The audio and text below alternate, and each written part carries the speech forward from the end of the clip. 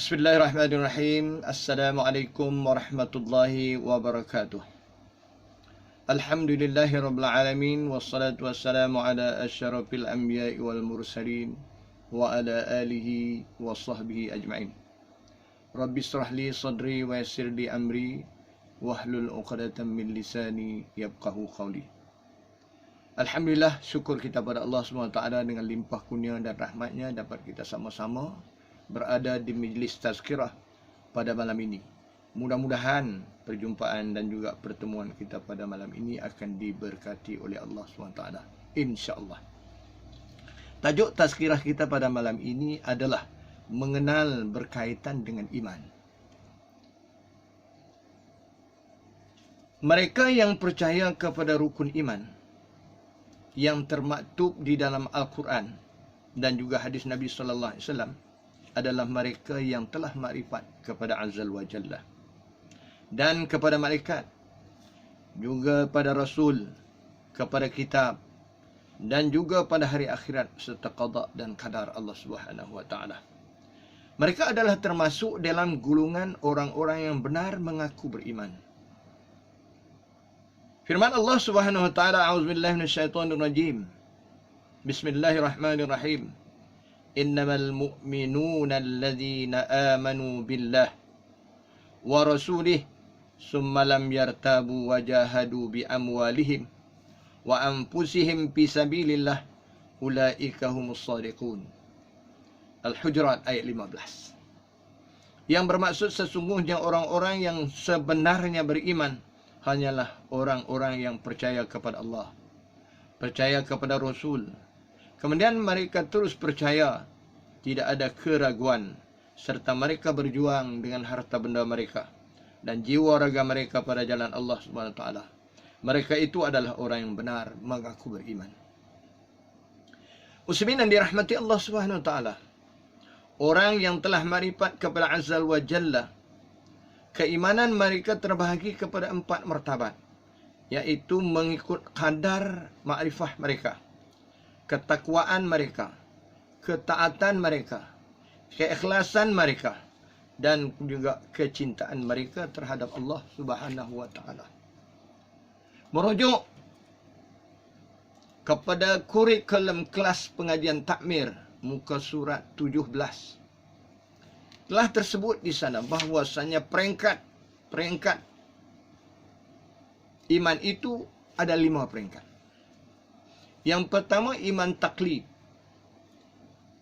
Makrifat mereka terhadap Allah Subhanahu wa taala dengan menerima ataupun mendengar perkabaran daripada rakan-rakan mereka ataupun orang ramai, ataupun mengikut perkataan orang ramai yang tidak ada dalil tentang kewujudan Allah Subhanahu wa taala.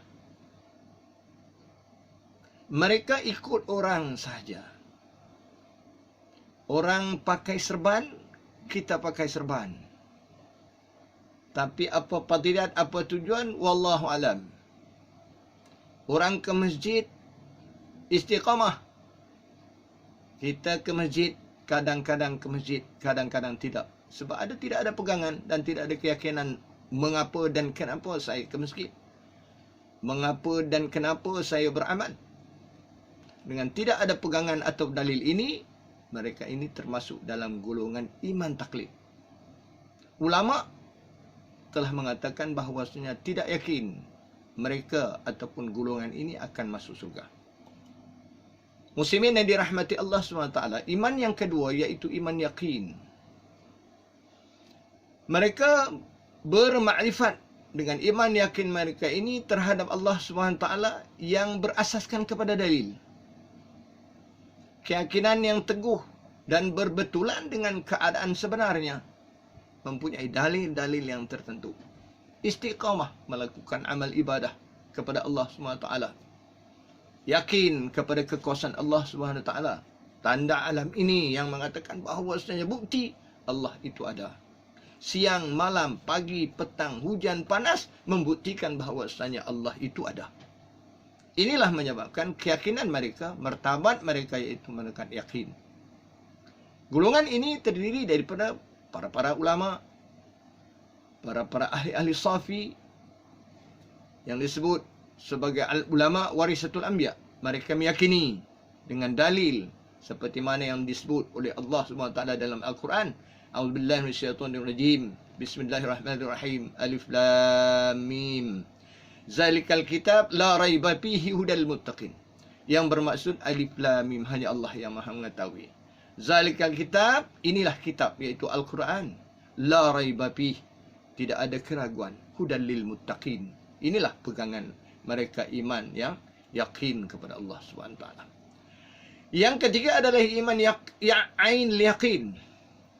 Mereka terlalu mesra dan percaya pada Allah, meyakini bahwasanya Allah itu ada. Allah senantiasa memantau kita, mencatat segala amal yang kita lakukan di dalam hati. Mereka ingat pada Allah Subhanahu wa taala. Muraqabah, ingat kepada Allah selalu. Tinggal makan kerana ingat Allah Subhanahu wa taala. Tangguhkan kerja kerana menyegerakan sembahyang tuntun Allah Subhanahu wa taala. Inilah peringkat ainul yaqin yang menampakkan bahawasanya kesungguhan mereka kepada Allah Subhanahu wa taala, meyakini bahawasanya Allah senantiasa memantau dan melihat kita. Yang keempat adalah iman haqqul yaqin. Iman haqqul yaqin adalah mereka yang makrifat dan percaya kepada Allah Subhanahu wa taala dengan nampak dekat dengan Allah Subhanahu wa taala, melihat Allah Subhanahu wa taala, amal Allah Subhanahu wa taala yang Allah Subhanahu wa taala lakukan di dunia ini, mereka nampak dan indah pada Allah Subhanahu wa taala.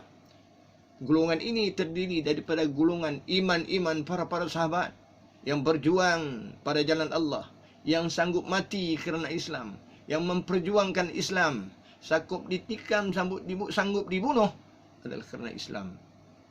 Mereka yakin kepada Allah Subhanahu wa taala dengan keyakinan 100%. Inilah keyakinan yang dikehendaki oleh Allah Subhanahu wa taala. Allah tidak terima keyakinan sebagai zan. Hanya 70% sahaja mempercayai bahawasanya kewujudan Allah Subhanahu wa taala. Dan Allah tidak terima dengan iman syak yang 50-50. Yang meyakini bahawasanya adakah Allah ni, tidakkah? Atau sebaliknya. Yang akhirnya itu, iaitu iman waham. Hanya 35% yang meyakini bahawasanya kewujudan Allah Subhanahu wa taala.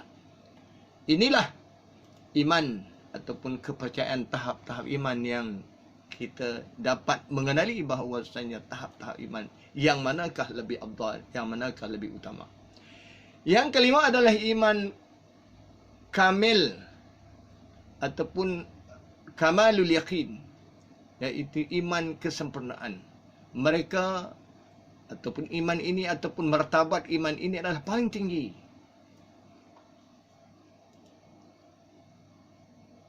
Iman ini adalah paling tinggi, sempurna keimanan mereka, iman-iman daripada iman-iman yang lain. Iman para nabi, iman para rasul. Ingat kepada Allah SWT 24 jam. Takut kepada Allah Subhanahu wa taala 24 jam.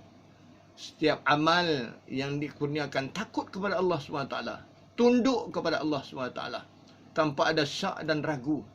Mereka beramal pada Allah SWT. Bermakna mereka memikirkan bahawasanya Allah senantiasa ada di samping mereka, melihat mereka, menilai mereka, mencatat segala amal yang mereka lakukan.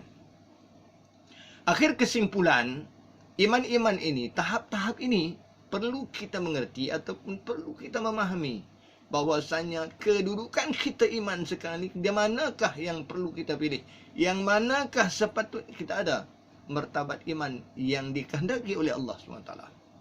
Kesimpulan, yang melakukan ketaatan kepada Allah SWT berlipat ganda. Dengan kepercayaan yang sempurna ini menambahkan lagi ilmu pengetahuan kepada Allah SWT.